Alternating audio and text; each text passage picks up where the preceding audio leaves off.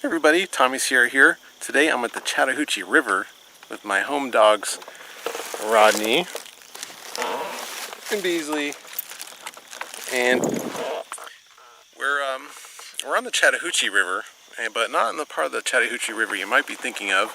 Most people think of the part that goes through Atlanta with the real cold water, and it's polluted and has all that untreated sewage runoff from time to time. So we're in the northern part. My favorite part, where the water's a little bit deeper, it's easier to paddle, and a little bit warmer, not much, and a lot more trees, a lot less development, and more my pace, you know what I mean? So today we're going to go up the river and then let the current take us back, which is convenient and easy to do when you have a propel drive, and I'm going to take you along for the ride. So put on your PFDs and buckle your safety belts.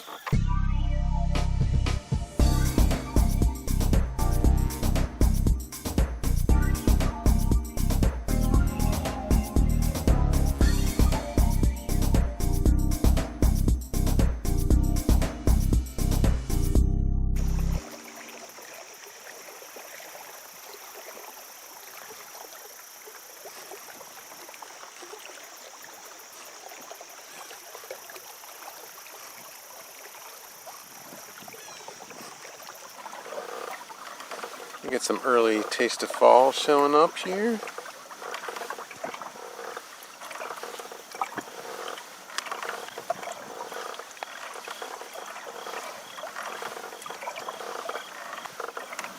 One of the main reasons I wanted to come to this section of the river.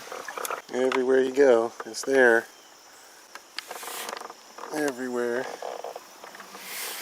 Signs of human life. Right here we have an invasive species, a mimosa, right in the middle of this natural native habitat. Can't really go anywhere without seeing signs of human destruction. That tree is displacing native trees, which provide food and habitat for wildlife. So it may look unspoiled, but it isn't. Trees like the mimosa, like those privets over there, they spread very rapidly on their own, unlike garbage, which spreads with the help of humans. And they multiply on their own. They take off here, and then they choke out native plants. And before you know it, you have no native plants. So if you see those, and you live in an area where mimosas are invasive, don't plant them. They're not very pretty trees either. That's just my opinion. Those are pretty trees over there. Now you may be wondering, how do invasive species like the mimosa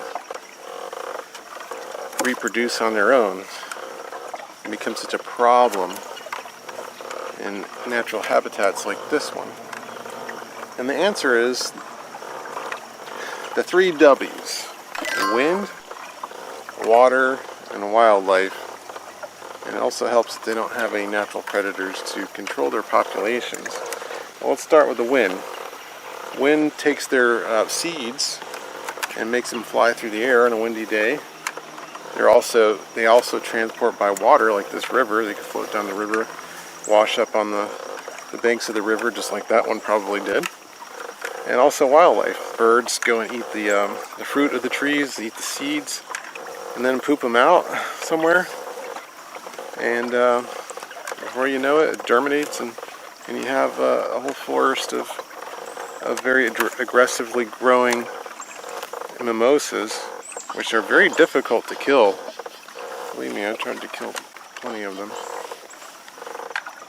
One of the nice things about this section of the river is all the rocky outcroppings. Makes you feel like you're on a ride at Disney World.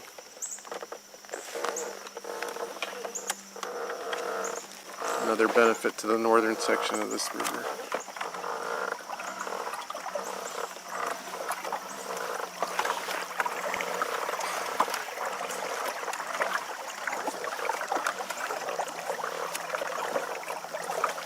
Now, if you're tired of hearing about mimosas and invasive species, there's a really pretty tree there. It's called the sourwood.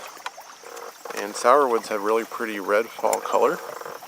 And they have these flowers, these plumes of white clusters, which show up right before fall.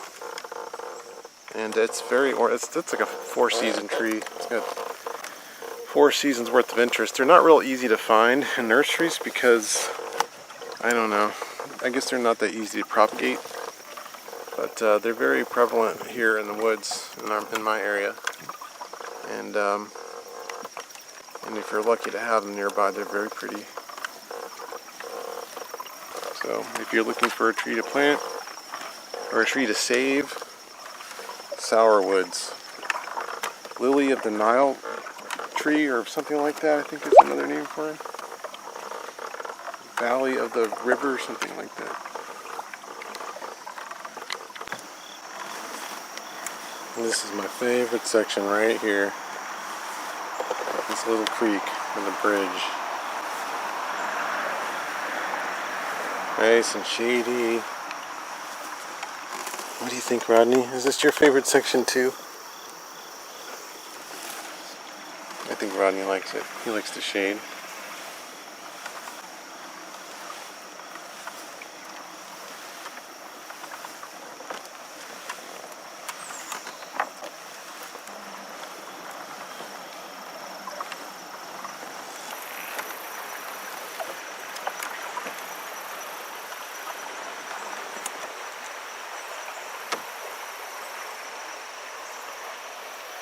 So this is a little picnic spot for us right here.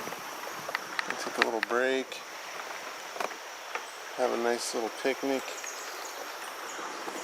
and then resume our voyage afterwards.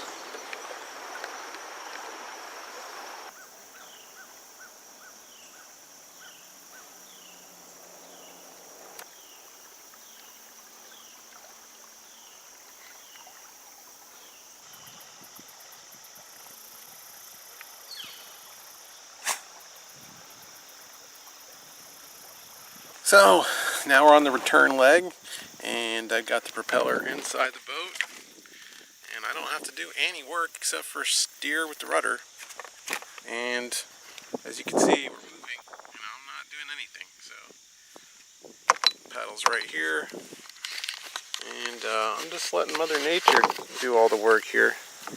So all the work to come up here, and I could just sit back and enjoy the ride. I know what Rodney and Beasley feel like when they're laying back there taking their naps. I just love this. After a long stressful week, I could just chillax out here, enjoy the breeze, the weather, and the fall foliage, and the smells. There's some really nice aromas around here. There's some dying hemlocks, which is awful, but they smell nice. And then the rhododendrons, there's some of those here. So it's really, that's why I like to come to this section of the river. I think Beasley enjoys it too.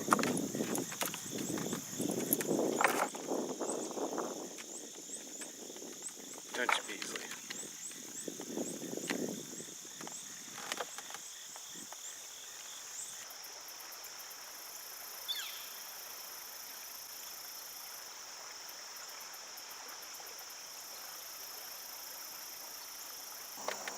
That bird is still out here.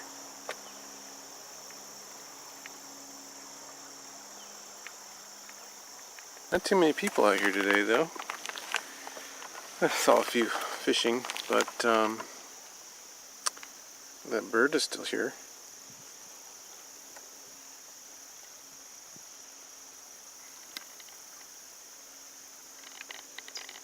it's kind of puzzling because it's in the low 70s. There's no rain for a change. It's probably the last Sunday. It's a Sunday.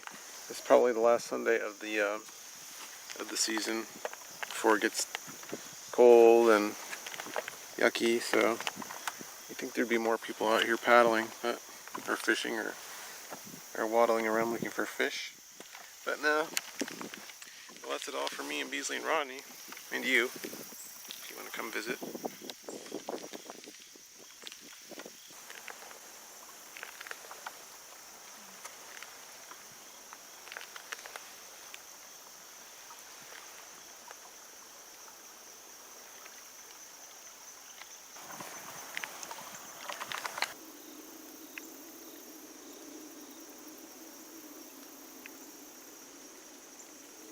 Interesting smells.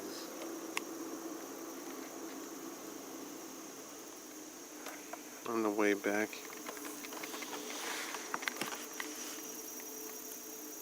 Mother Nature doing all the work.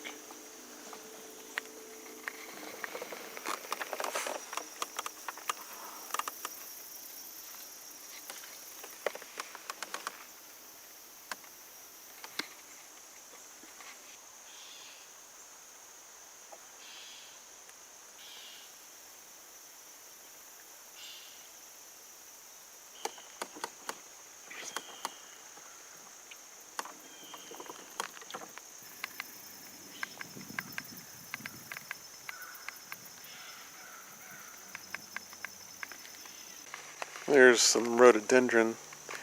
Their blossoms are extremely fragrant.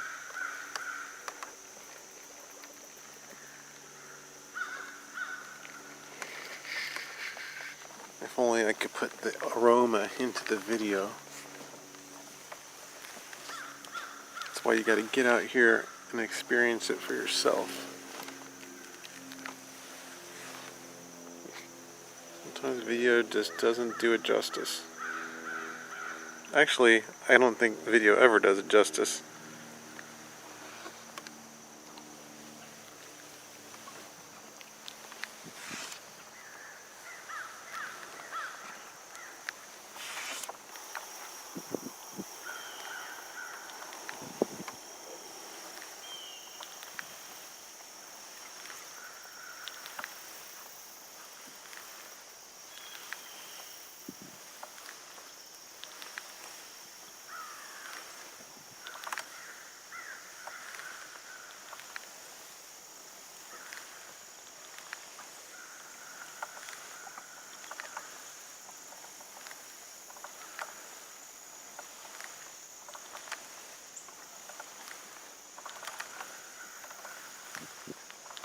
Mighty sycamore, sentinel of the river.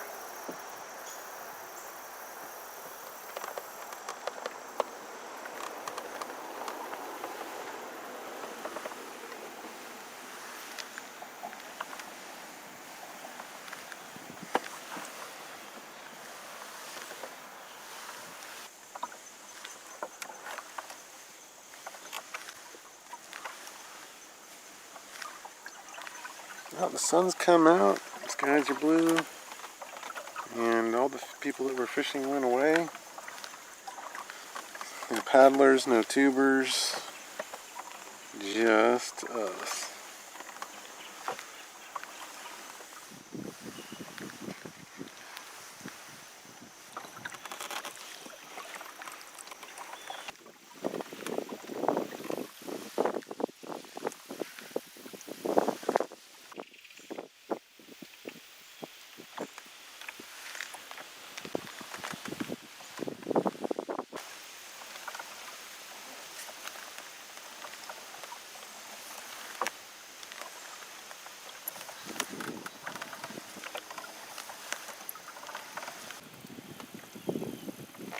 I like to point these out when I see them. These hemlocks, which are beautiful, for those of you who don't know, beautiful evergreen conifer, which are found growing from the Appalachians all the way up to Canada. And of course, you may find them in people's gardens, but in the wild, They grow in the mountains, they grow along bodies of water. It's beautiful, desirable, long-lived, normally, conifer. And they're under attack by something called the hemlock woolly adelgid, which is an invasive pest, a little insect that probably hitched its way over on a shipping carton or something like that from Asia. And there's no predators to that insect here, and they feed on the hemlocks. And unfortunately, you can see some early damage here, and these hemlocks are dying all over the place.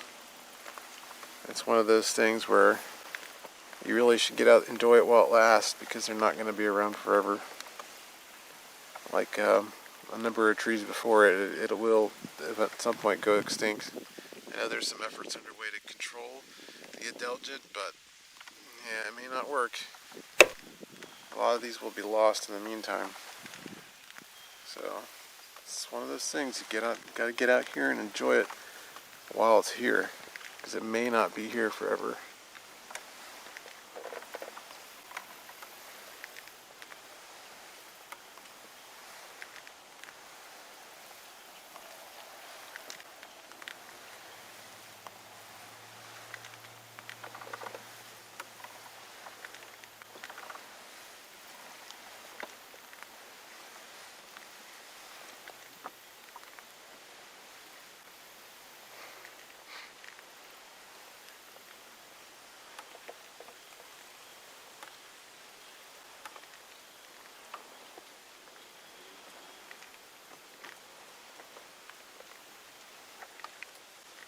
Funny to see them growing out of rocks like that.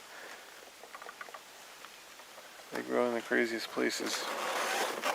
They're such beautiful trees.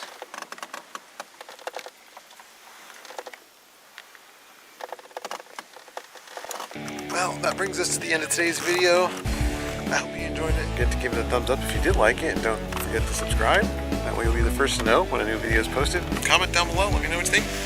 Thanks so much for watching. Until next time, I want you to get out there and have an adventure. Sayonara.